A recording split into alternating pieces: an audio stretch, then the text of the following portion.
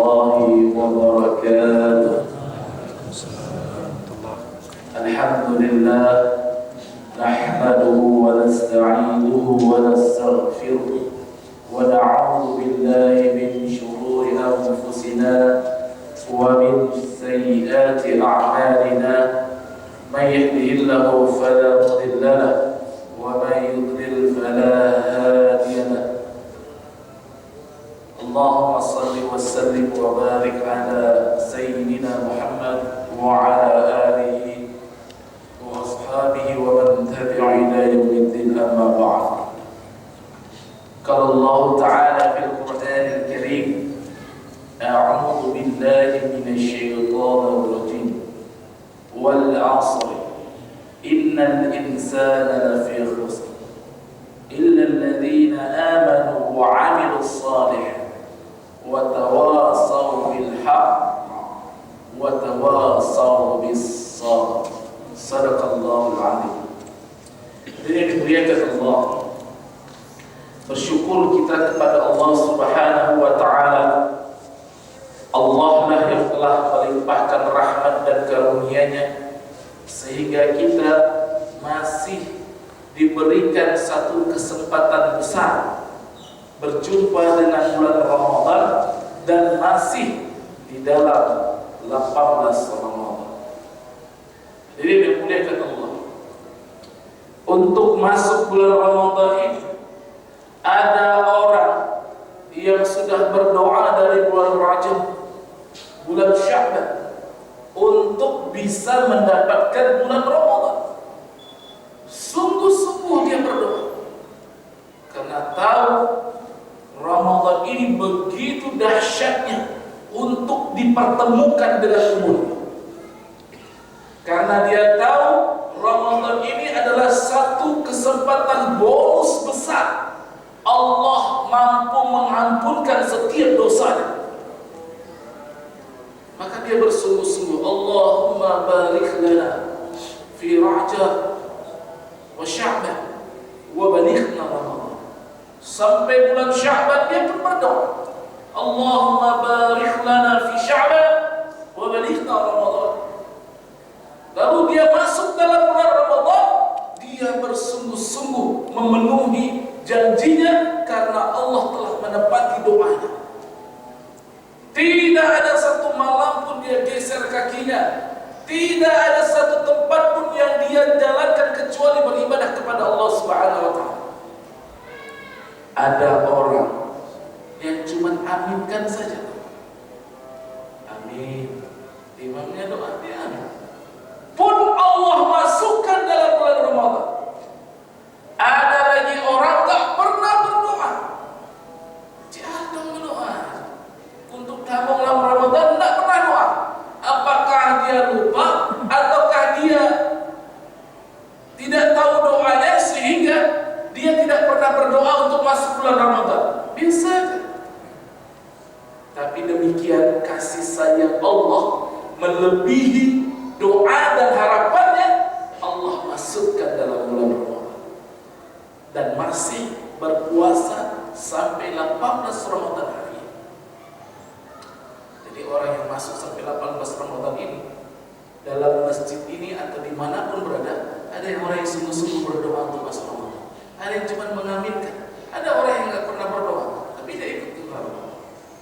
Saya ingin mengatakan ini kasih sayang Allah untuk berjumpa dengan Ramadan. Sayang sekali kalau dilewatkan begitu saja. Lalu apa korelasinya, hubungannya dengan surah yang kita bacakan tadi? Wal 'asr, demi masa. Innal insana lafi khusr. Dalam tafsir Jalalain dikatakan makna wal 'asr itu bukan demi masa. Dijelaskan dengan rinci. Yang disebut demi masa dalam kata wal 'asr dalam tafsir Jalalain adalah orang yang mulai buka mata dari pagi hari sampai waktu asar selesai, disebut wal 'asr. Artinya satu hari Allah berikan hidup, innal insana lafi khusr, hidupnya dalam kerugian.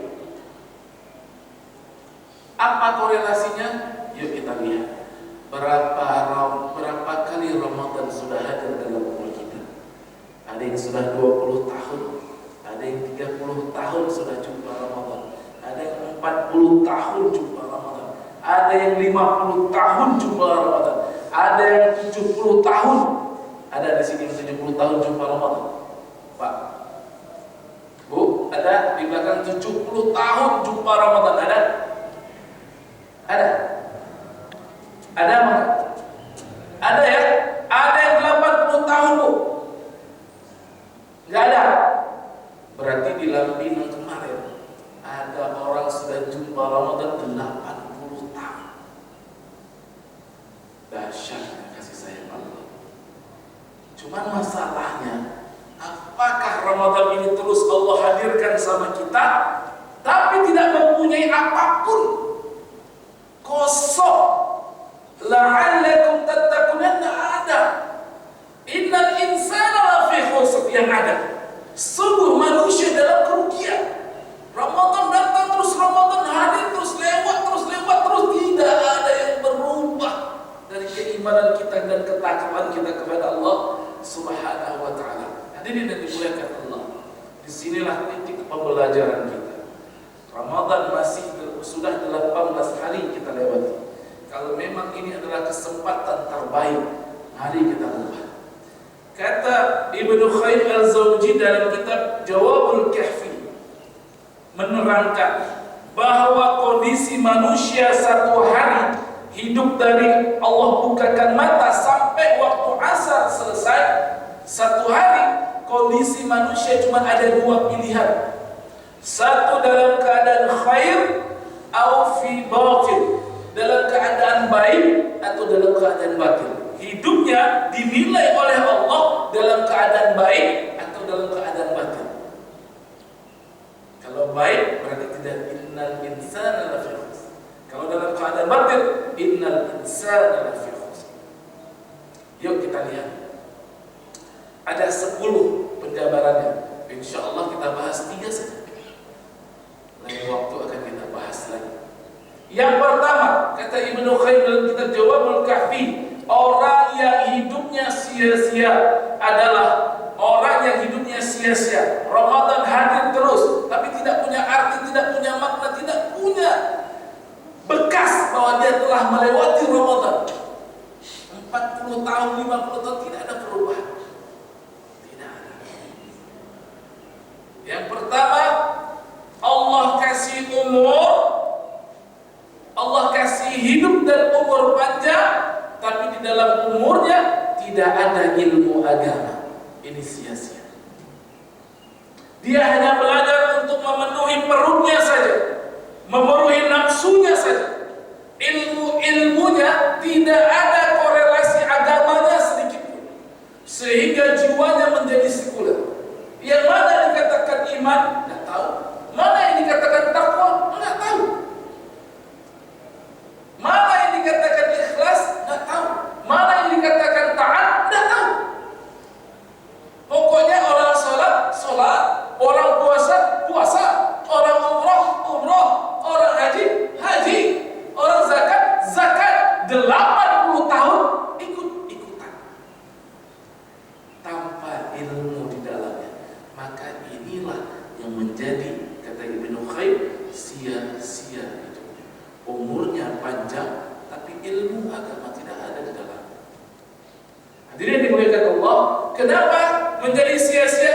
Karena tidak ada prodi ketakwaan di universitas, tidak ada. Jurusan keikhlasan, tidak ada. Mata pelajaran tawadhu tidak ada di universitas. Di kampus S1, S2 tidak ada. Dia memenuhi akalnya dengan ilmu, tapi tidak dengan agama. Dan kami sudah melihat dengan kepala mata kami sendiri. Seorang ayah wafat, ada anak laki-lakinya 3. Satu kepala dinas, satu kabid, satu pengusaha. Apa yang terjadi? Kuliah yang luar biasa, jabatan yang punya, harta dia punya, dipandang oleh orang lain mulia. Apa yang terjadi? Dia datang kepada saya, Dik, kebetulan masih keluarga, abang nggak bisa jadi imam, adik yang jadi imam. Sia-sia, sia-sia. Sedih kalau ayahnya mendengar. Sedih. Untuk mengimami jenazah ayahnya, 3 orang anak laki-laki tak mampu. Dengan jabatan, dengan titel, dengan kemuliaan di hadapan manusia. Innal insana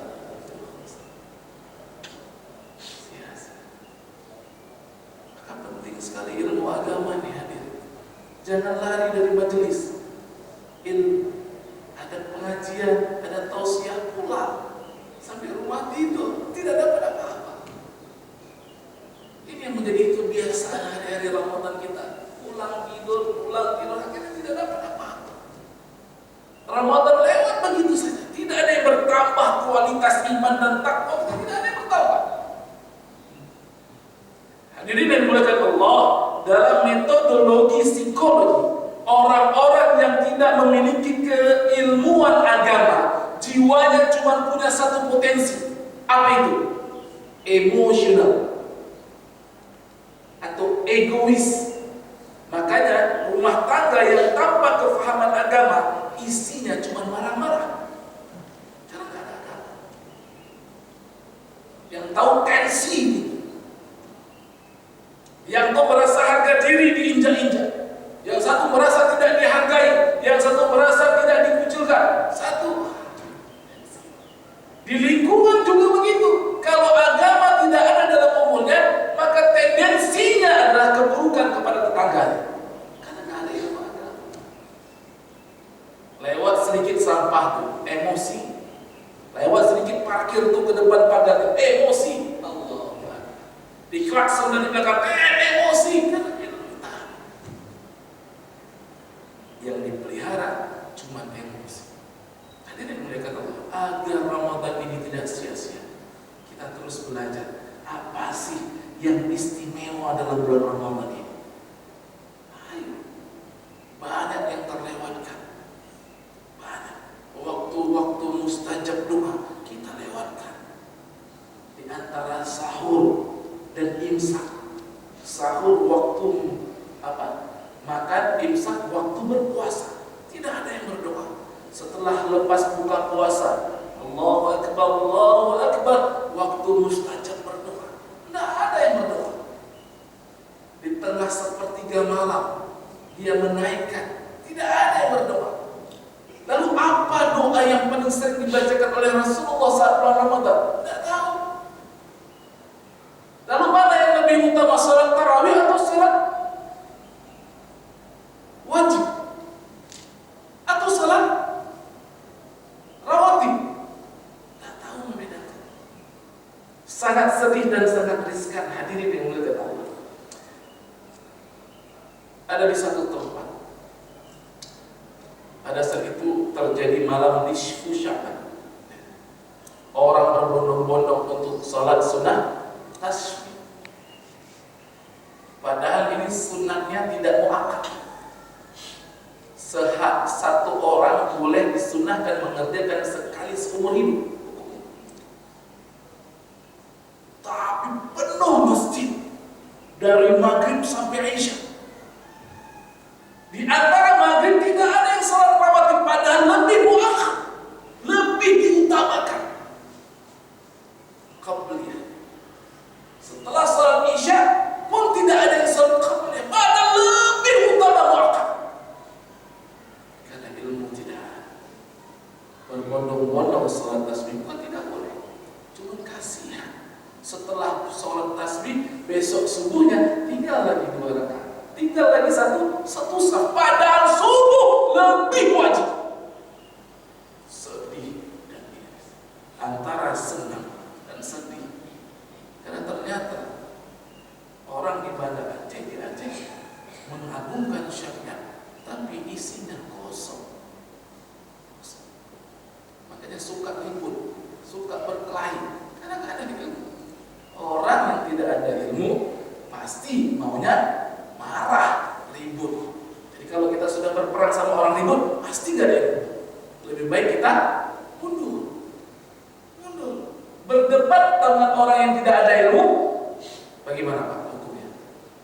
dosa. Kita melihat wajah orang tidak ada ilmu lalu berdebat, itu haram. Akan muncul sesuatu yang hina pada dirinya nanti.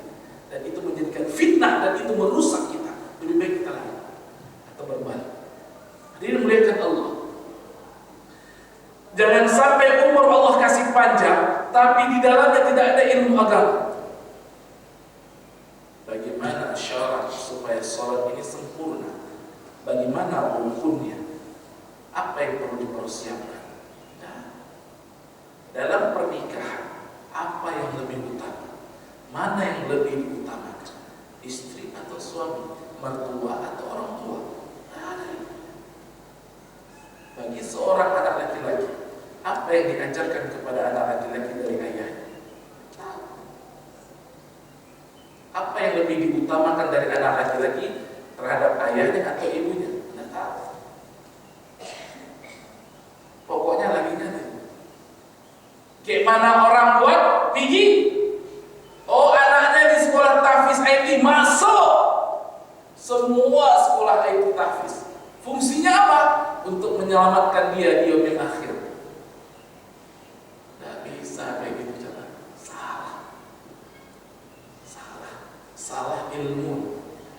Anaknya dimasukkan ke tahfiz, hafal Quran, ayahnya juz 30 nggak selesai baca. Nggak bisa. Hadirin muliakan Allah, yang pertama jangan sia-sia Ramadan ini. Umur Allah kasih panjang, tapi tidak ada ilmu agama. Terus belajar. Semakin tua, semakin tawadu kita duduk. Semakin dengar, semakin terisi agama itu. Semakin tahu kita, sehingga setiap iman dan amal saleh. Apa dikatakan Allah? Wal 'asri innal insana lafi khusr illa alladzi, kecuali orang-orang yang beriman wa 'amilus shalih dan beramal saleh. Bagaimana beriman dan amal saleh? Ilmu tak ada. How can be? Kalau dalam bahasa Inggris, kayak mana bisa? Kecuali orang yang beriman dan beramal saleh. Beriman dan beramal saleh haruslah memiliki ilmu. Sia-sia orang yang hidupnya S1, S2, S3, doktor, profesor, tapi tidak ada ilmu agama di dalamnya. Dan hari ini banyak sekali orang yang tidak bisa baca Quran dengan detail dan gelar-gelar ini. Hadirin ya Allah. Yang kedua dikatakan bahwasanya Allah berikan umur panjang, Allah berikan ilmu, tapi dia tidak beramal ilmunya. Dia tahu tapi tidak beramal. Dia paham tapi tidak beramal. Untuk apa ilmunya? Untuk mendebat orang, untuk menjatuhkan orang, untuk mendiskreditkan orang, untuk menghina orang. Ilmunya tidak diamalkan, maka sia-sia. Saya kira tidak ada orang yang nggak tahu kalau dengar suara azan itu panggilan apa? Allahu Akbar, Allahu Akbar. Orang tahu itu panggilan apa, cuma nggak dipakai ilmunya. Dia tahu salat berjamaah itu lebih berharga, tapi tetap di rumahnya. Sia-sia umurnya, sia-sia umurnya, sia-sia ilmu. Jangan sampai sia-sia hidup kita. Sesuatu yang sudah kita fahami ilmunya, maka diamalkan. Karena dia akan bertanggung jawab di yaumil akhir. Ilmu yang sudah kita dapatkan tidak kita amalkan. Sudah sangat tahu kita bahwasannya tersenyum kepada saudaranya adalah sedekah. Tabassamuka fi wajhika akhika laqad sadaqah. Senyummu kepada saudaramu adalah sedekah. Tapi jumpa di depan situ, jumpa di dalam wajah, tak ada senyum. Senyum tak ada, ilmunya tak ada, nggak dipakai. Hadirin yang muliakan Allah, jangan sampai sia-sia umur, sia-sia ilmu tidak diamalkan. Hadirin yang dimuliakan Allah. Maka umur yang paling bermanfaat, yang tidak innal insana lafi khusr, tidak termasuk bagian kategori yang sia-sia, adalah umur yang memiliki ilmu dan ilmu itu diamalkan. Kalau ilmu tidak diamalkan, maka akan terjadilah kesia-siaan. Contoh satu lagi, ini cuma contoh saja. Tidak ada satu jurnal kesehatan pun, dan tidak ada satu disertasi pun, atau uji klinis, atau hasil rekomendasi kesehatan bahwa rokok itu sehat. Tidak ada satu rekomendasi pun, tidak ada. Tahu? Tahu. Lihat iklannya, lihat. Bisa merusak, merusak. Tahu ilmunya, tahu. Faham, faham. Merokok, sia-sia. Ingat, saya tidak bicara halal dan haram, tidak. Saya bicara tentang pekerjaan yang sia-sia. Jadi dimuliakan Allah. Tahu ilmunya, tapi masih dijalankan sia-sia. Ibu-ibu, ada ibu-ibu di belakang? Ada? Bu? Alhamdulillah, hati dulu ya. Bu, aurat seorang wanita itu dari mana ke mana, Bu?